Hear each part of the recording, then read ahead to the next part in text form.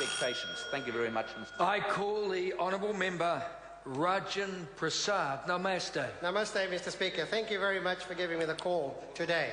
And Bulabanaka. Mr. Speaker, this is a we're gonna do something government. Now it's official.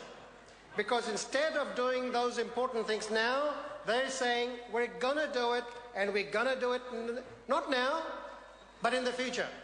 Because they're not going to do it in this government, they're not going to do it in the next government, they're actually going to do it in the government after that. So its targets are for 2017. I asked Sam Lotharinga, where are the targets for the housing problems in Glen Innes now, in his electorate? None. Those are the problems of today, but no.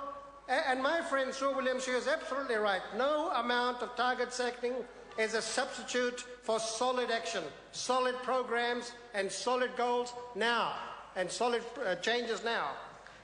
This should be seen for what it is. This the latest list of targets. My colleagues have already told the House about so many target setting this government has done.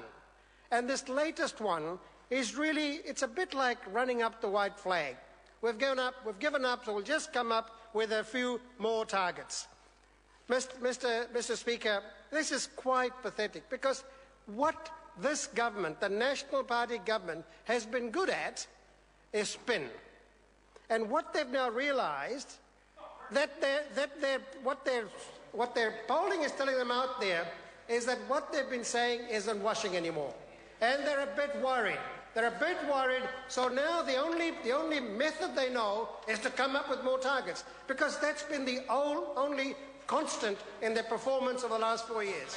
Just spin out of orbit.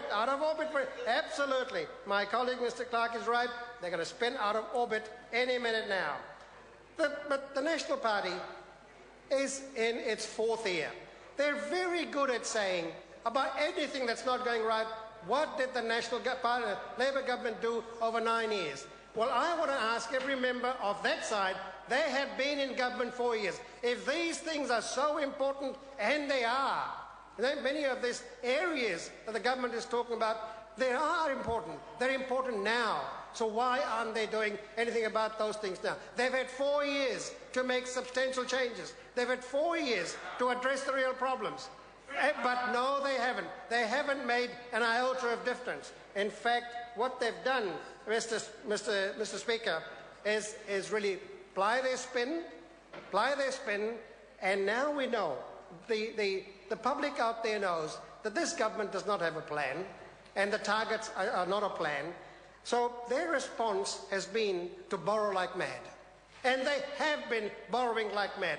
And of course what they've done is they've used large amounts of that to really repay their tax cuts that they gave to the rich. And they've failed to create an environment where more jobs can be created. That is a failure. No targets in that area, 170,000 jobs, about 20-odd thousand has been created so far. So no, it's a failure. The current policies are a failure. The current targets are a failure. No, so what's the answer? Develop more targets. In three governments from now.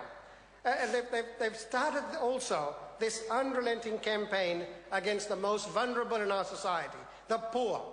That's what they're doing. It is an unrelenting campaign. They talk about it in flash terms, but it is an unrelenting campaign against the poor, the poorly housed, those who are unemployed, those who are ACC claimants, and these are just some of them.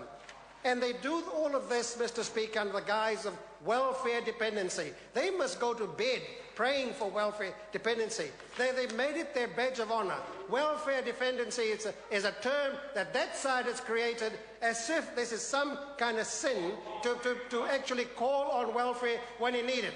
When businesses need it, to the tune of $1.7 billion in South Canterbury, that wasn't dependency. Oh, no. When the finance companies failed, bail them out, that wasn't dependency. When other things happen, that is. But when the poor need assistance, that's welfare dependency. We're going to have more targets, and we're going to get them out of this kind of false sense of security. And when they talk about getting the state to be more efficient, sir, it's just cut. So this government really has made a mess of all of this. They don't have a plan. Their investment approach, they don't invest in people, they just talk about it. Much of what they've done is quite destructive, and now they've given up because they're not talking about what they're going to do in this term of government, not what they're going to do next, but the one after that. Thank you, Mr. Speaker. I call the honourable member Young Jane.